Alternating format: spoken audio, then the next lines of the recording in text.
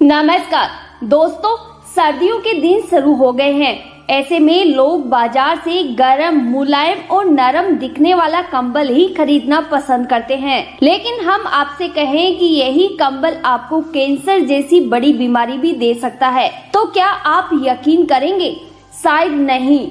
तो अब आप ये भी समझ लीजिए कि समय तेजी से परिवर्तित होता जा रहा है, तो यहाँ कुछ भी संभव हो सकता है। हमारा मकसद आपको डराना नहीं बल्कि सावधान करना है। आइए जानते हैं पूरा मामला इस वीडियो के माध्यम से। दरअसल national industrial chemicals notification and assessment scheme report की बात करें तो इन कंबलों में फॉर्मल्डिहाइड का प्रयोग किया जाता है। इससे कंबल में चमक बनी रहती है। ये कंबल पॉलिस्टर और एक्रिलिक फैब्रिक से तैयार किया जाता है। साथ ही इसमें लाइलॉन, ओलेफिन जैसे सिंथेटिक मटेरियल भी होते हैं। अगर आप पॉलिस्टर और एक्रिलिक फैब्रिक के बीच के अंतर की बात करें तो पॉलिस्टर 80 के दशक से आज भी प्रचलित है।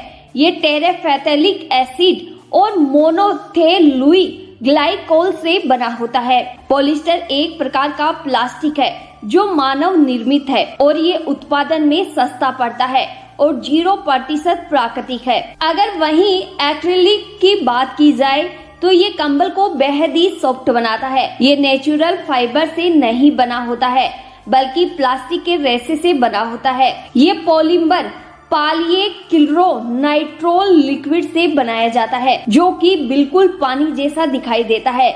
ये केमिकल साइनाइड जैसे जहर की भांति काम करता है। एक्रिलिक फैब्रिक में डाइमिथाइल फॉर्मामाइड होता है। अगर इस केमिकल के संपर्क में स्किन आती है तो कैंसर का खतरा बना रहता है। यहाँ तक कि अगर ये शरीर के भीतर चला जाए तो लीवर को भी डैमेज कर सकता है। एक्रिलिक कंबल को लगातार घंटों तक ओढ़े रहने से इसमें मौजूद केमिकल सांसों के जरिए शरीर में चला जाता है, जिससे शरीर का भारीपन होना, उल्टी होना, जी मिचलाना जैसे लक्षण दिखाई देने लगते हैं। हमारे घरों में जो कंबल इस्तेमाल की जाती है उसमें सिंथेटिक डाई का प्रयोग किया जाता है और इनमें सबसे कॉमन डाई AZO डाई है, जिससे एमिस जैसे कंपाउंड निकलते हैं। इसके लगातार संपर्क से ब्लड कैंसर का खतरा रहता है। वहीं बच्चों के लिए फर वाले कंबल भी प्रयोग किए जाते हैं। ये रियल में फर,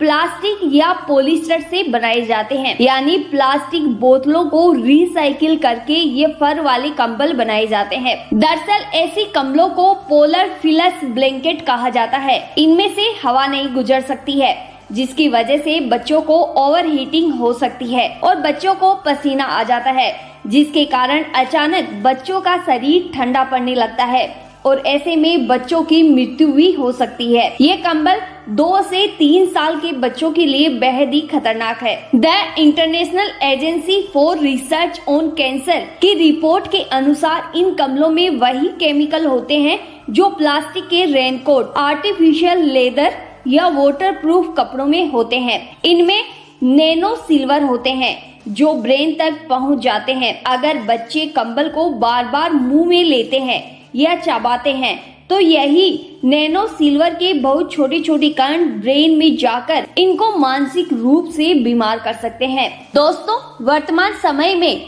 इलेक्ट्रॉनिक कंबल का भी ट्रेंड देखने को मिला है। दरअसल इलेक्ट्रॉनिक वायरिंग वाली कंबल होती है, जैसा कि आप वीडियो में देख सकते हैं।